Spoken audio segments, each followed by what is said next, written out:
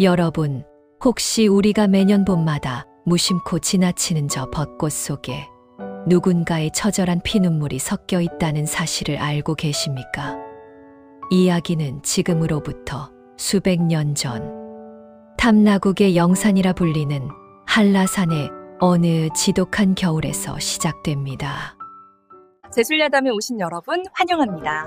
구독과 좋아요는 영상을 제작하는 데 큰 힘이 됩니다. 그럼 지금 제술야담 시작합니다. 옛날 탐나국 한라산 마을 어귀 길람이라는 청년이 살고 있었습니다. 그는 가진 것이라곤 오직 병든 노모를 향한 지극한 효심뿐인 가난한 나무꾼이었죠.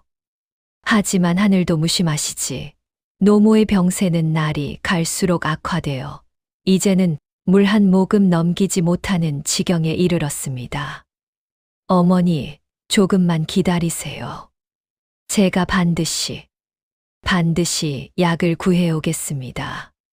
길람은 마을 의원조차 포기한 노모를 위해 무작정 한라산 깊은 곳으로 향했습니다. 한겨울에 사는 자비가 없었습니다.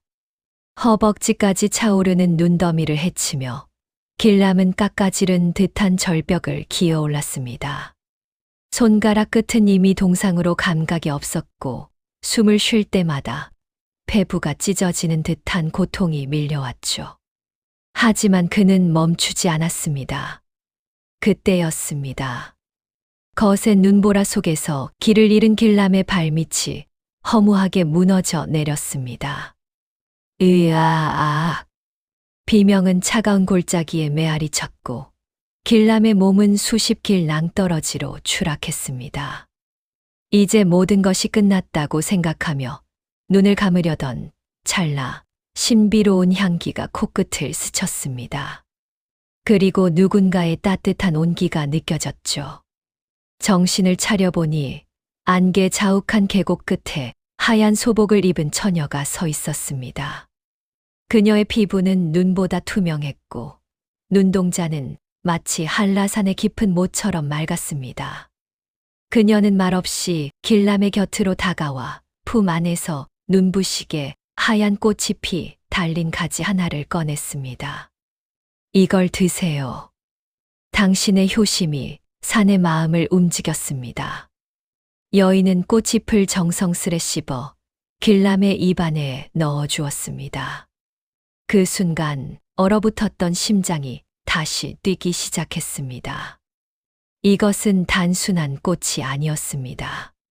한라산의 정기가 응축된 신비의 명약이었던 것이죠. 하지만 길람은 알지 못했습니다. 이 기적 같은 만남이 앞으로 가져올 잔혹한 운명을 말입니다. 사실 길람을 구해준 그 처녀의 정체는 한라산 전체를 다스리는 산신령의 외동딸이었습니다. 그녀는 산의 법도를 지키는 신성한 존재였죠. 산신령은 평소 인간들의 탐욕을 혐오하여 딸에게 엄중히 경고하곤 했습니다. 인간의 생사에는 절대 관여하지 마라. 그들은 하나를 주면 열을 탐하는 족속들이다. 만약 내가 신령의 힘을 써서 인간의 목숨을 구한다면 너는 영원히 땅에 뿌리를 박고 서 있어야 하는 형벌을 받게 될 것이다. 하지만 딸은 길람의 눈물을 외면할 수 없었습니다. 그가 절벽을 오르며 내뱉은 나 대신 어머니를 살려달라는 그 간절한 기도가 그녀의 가슴을 울렸기 때문입니다.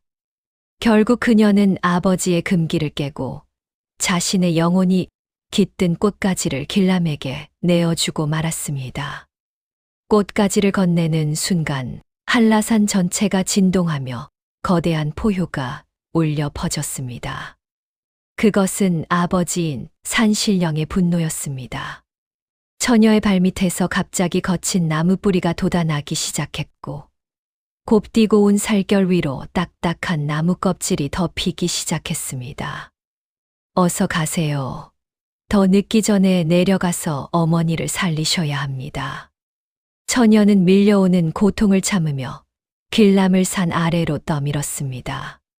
길람은 영문도 모른 채 뒤를 돌아보며 산을 내려갔지만 그의 귓가에는 여인의 처절한 비명소리가 바람을 타고 들려왔습니다. 신의 딸이 인간을 위해 자신의 존재를 포기하는 순간이었습니다. 집으로 돌아온 길람은 여인이 준 꽃가지를 정성스럽게 다리기 시작했습니다. 그런데 신기한 일이 벌어졌습니다. 약탕기가 끓어오르자 초가집 안은 물론 온 마을에 세상에서 처음 맡아보는 기묘한 꽃향기가 진동하기 시작한 것입니다. 한겨울의 봄의 향기가 퍼지자 마을 사람들은 하나둘 길람의 집 앞으로 모여들었습니다. 아니, 길람이네 집에서 왜 이런 꽃내음이 난단 말인가? 마치 천상의 꽃이 피어난 것 같구먼. 길람은 그 탕약을 정성껏 노모의 입술에 흘려 넣었습니다. 그러자 놀라운 기적이 일어났습니다. 사경을 헤매던 노모의 안색이 순식간에 발그레해지더니 깊은 잠에서 깨어나 눈을 뜬 것입니다. 얘야, 내가 지금 꿈을 꾸는 것이냐? 몸이 날아갈 듯 가볍구나. 노모는 자리에서 일어나 걷기까지 했습니다. 의원들조차 포기한 병이 하룻밤 사이에 나은 것이죠. 마을은 축제 분위기가 되었고 길람은 명이라는 칭송을 받았습니다. 하지만 정작 길람의 표정은 어두웠습니다. 매일 밤 꿈속에서 그 처녀가 나타나 나무로 변해가는 고통에 몸부림치며 울고 있었기 때문입니다. 어머니를 살린 대가가 그녀의 고통이라면 나는 어찌해야 한단 말인가. 길람의 마음은 천근만근 무거워졌습니다. 길람은 결국 견디지 못하고 다시 산을 올랐습니다. 그녀에게 감사의 인사를 전하고 만약 가능하다면 그녀의 고통을 덜어주고 싶었기 때문입니다. 산 중턱에 다다랐을 때 숲속 깊은 곳에서 익숙한 목소리가 들려왔습니다. 도련님, 오지 마세요. 지금 돌아가시면 당신은 행복하게 살 수 있습니다. 하지만 제 모습을 보게 된다면 당신의 가슴엔 평생 씻지 못할 상처가 남을 것입니다. 길람은 울먹이며 대답했습니다. 은인께서 저 때문에 나무가 되어가는데 내 어찌 모른 척하며 산단 말입니까? 여인은 잠시 침묵하더니 말했습니다. 그렇다면 제 뒤에 서서 딱 한 가지만 약속해 주세요. 제가 나무 뒤에 숨어 있을 테니 제가 떠나라고 하기 전까지는 절대로 뒤를 돌아보지 마십시오. 길람은 여인의 말대로 나무를 등지고 앉아 기도를 올렸습니다. 그녀의 아픔이 사라지기를, 그리고 다시 인간의 모습으로 돌아오기를 간절히 빌었습니다. 기도가 끝날 무렵 길람의 어깨 위로 부드러운 손길이 느껴졌습니다. 여인의 마지막 작별 인사였죠. 하지만 그 따뜻한 온기에 그만 이성을 잃은 길람은 자신도 모르게 고개를 돌려버리고 말았습니다. 그리고 그는 보았습니다. 얼굴의 절반이 이미 거친 나무 껍질로 변한 채 피눈물을 흘리고 있는 여인의 모습을 말이죠. 아, 왜 보셨나요? 여인의 비명은 바람이 되어 흩어졌고 그녀는 그 자리에서 거대한 왕벚나무로 완전히 굳어버렸습니다. 길람은 자신의 호기심이 그녀를 영원히 나무 속에 가두었음을 깨닫고 대성통곡했습니다. 이 신비한 꽃나무에 대한 소문은 입을 타고 흘러 이웃마을의 권력자, 욕심쟁이 박서방의 귀에까지 들어갔습니다. 그는 이 나무를 제 집 마당에 옮겨 심어 자신의 명성을 드높이려 했습니다. 그는 수십 명의 장정과 도끼를 동원해 한라산을 올랐습니다. 이 나무만 있으면 우리 집안은 대대손손 만수무강할 것이다. 당장 파내어라. 박서방의 명령에 일꾼들이 나무 주위를 파내기 시작했습니다. 그런데 도끼가 나무의 몸통을 내리치는 순간 믿을 수 없는 일이 벌어졌습니다.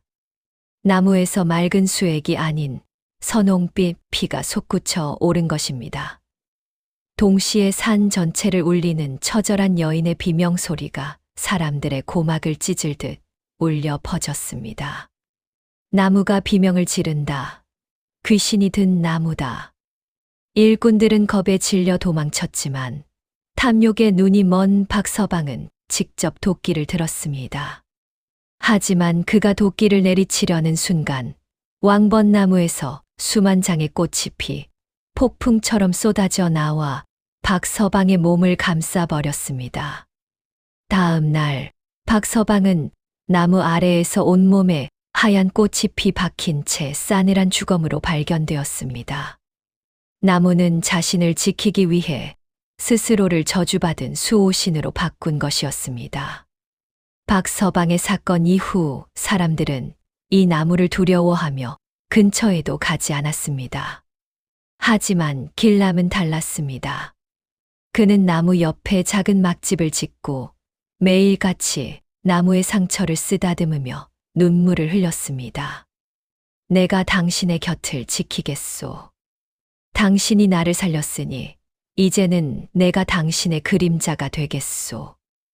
어느 봄날 나무에서 눈부시게 하얀 꽃들이 만개했습니다.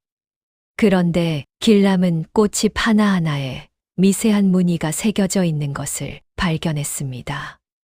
그것은 인간의 글자가 아닌 신의 언어로 쓰인 슬픈 연애 편지 같았습니다. 당신을 살린 것을 후회하지 않습니다. 다만 당신의 얼굴을 마지막으로 더 오래 보지 못한 것이 한이 될 뿐입니다. 길람은 그 꽃잎들을 모아 어머니의 무덤가에 정성스레 뿌렸습니다. 그러자 신기하게도 무덤 주변에서 어린 왕벚나무 싹들이 돋아나기 시작했습니다. 여인의 사랑이 죽은 자의 넋까지 위로하고 있었던 것이죠. 제주의 벚꽃이 유독 화려하면서도 슬픈 빛을 띠는 것은 그때 흘린 여인의 눈물이 꽃잎마다 배어 있기 때문이라고 사람들은 말합니다. 산신령은 자신의 딸을 나무로 만든 뒤에도 인간들을 신뢰하지 않았습니다. 그는 때때로 남루한 행색의 노인으로 변의 산을 찾는 사람들을 시험하곤 했습니다. 내가 병이 들어 그러는데 저 나무의 가지를 꺾어다 주면 큰 보물을 주겠네. 많은 이들이 보물에 눈이 멀어 나무의 손을 댔지만 그들은 하나같이 산속에서 길을 잃거나 미쳐버리는 벌을 받았습니다. 하지만 길람의 후손들은 달랐습니다. 그들은 대대로 산의 것은 산의 것이라며 나무를 신성시했습니다. 가뭄이 들면 물을 길어다 뿌려주고 겨울에는 지프로 정성껏 감싸주었죠. 그 정성에 감복한 산신령은 마침내 노여움을 거두었습니다. 그는 왕벚나무를 제주 땅의 진정한 주인으로 임명하고 그 꽃이 피는 시기에는 제주 전체의 평화와 축복이 가득하도록 명령했습니다. 우리가 오늘날 벚꽃 축제를 즐기며 행복해하는 이 평화 뒤에는 산신의 분노를 사랑으로 승화시킨 한 효자와 여인의 이야기가 숨어 있는 것입니다. 세월은 강물처럼 흘러 길람은 어느덧 허리가 굽은 백발의 노인이 되었습니다. 그는 더 이상 산을 오를 기력이 없었지만 마지막 힘을 다해 지팡이를 짚고 왕벚나무를 찾아갔습니다. 이제 나도 당신 곁으로 갈 때가 된 것 같구려. 너무 오래 기다리게 해서 미안하오. 그날 밤 한라산 중턱에는 눈이 시리도록 밝은 빛이 비쳤습니다. 마을 사람들은 산 위에서 하얀 용이 승천하는 듯한 장관을 목격했습니다. 다음 날 사람들이 산에 올라가 보니 왕벚나무 아래에는 길람이 평온한 미소를 지은 채 숨을 거두어 있었습니다. 놀랍게도 그의 시신 위에는 한겨울임에도 불구하고 수천 송이의 싱싱한 벚꽃이 덮여 있었고 그 온기 때문인지 시신은 전혀 차갑지 않았습니다. 그때 나무에서 눈부신 빛의 형체가 나타나 길람의 손을 잡고 하늘로 서서히 올라갔습니다. 천년을 기다린 연인이 마침내 신의 품에서 다시 만난 순간이었습니다. 제주의 큰 무당들을 뜻하는 신방들 사이에서는 오늘날까지도 내려오는 비전이 있습니다. 마을에 큰 전염병이나 가뭄이 들면 가장 오래된 왕벚나무를 찾아가 꽃맞이 굿을 하는 것이죠. 전설에 따르면 굿이 절정에 달했을 때 바람에 흩날리는 꽃잎의 방향을 보면 신의 뜻을 알 수 있다고 합니다. 꽃잎이 마을 쪽으로 날아오면 풍년과 안녕이 찾아오고 산 위로 올라가면 더 정성을 들여야 한다는 징조였죠. 이 꽃은 죽은 자를 살리고 산 자를 위로하는 신령의 몸이다. 신방들은 왕벚나무를 단순한 식물이 아닌 제주 사람들의 고통을 대신 짊어지는 수호신으로 받들었습니다. 그래서 제주 사람들은 왕벚나무 가지 하나 함부로 꺾지 않는 것을 철칙으로 삼았고, 그 덕분에 제주 왕벚나무는 세계적으로 희귀한 자생종으로서 그 명맥을 유지할 수 있었던 것입니다. 이제 이야기는 현재로 넘어옵니다.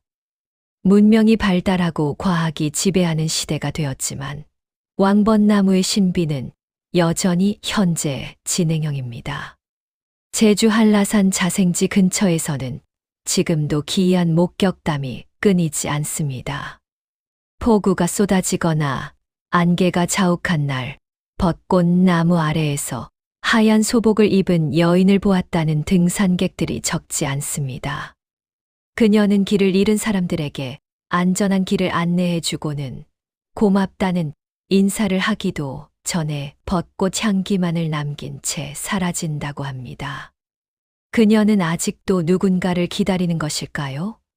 아니면 우리를 지켜주는 것일까요?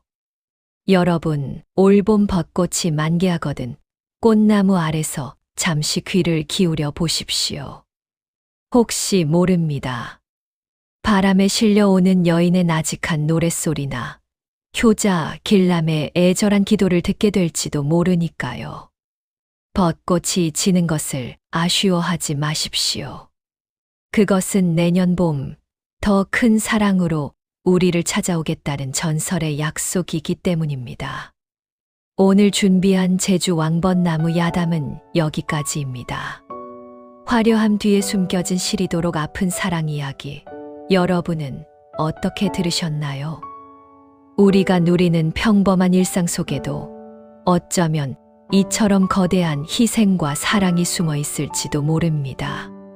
오늘 밤에는 부모님께 혹은 소중한 사람에게 따뜻한 안부 전화 한 통 드려보는 건 어떨까요? 이 이야기가 마음에 드셨다면 구독과 좋아요로 이 야담의 향기를 널리 퍼뜨려 주시길 부탁드립니다. 저는 다음번에 더 기이하고 절절한 이야기로 다시 찾아오겠습니다.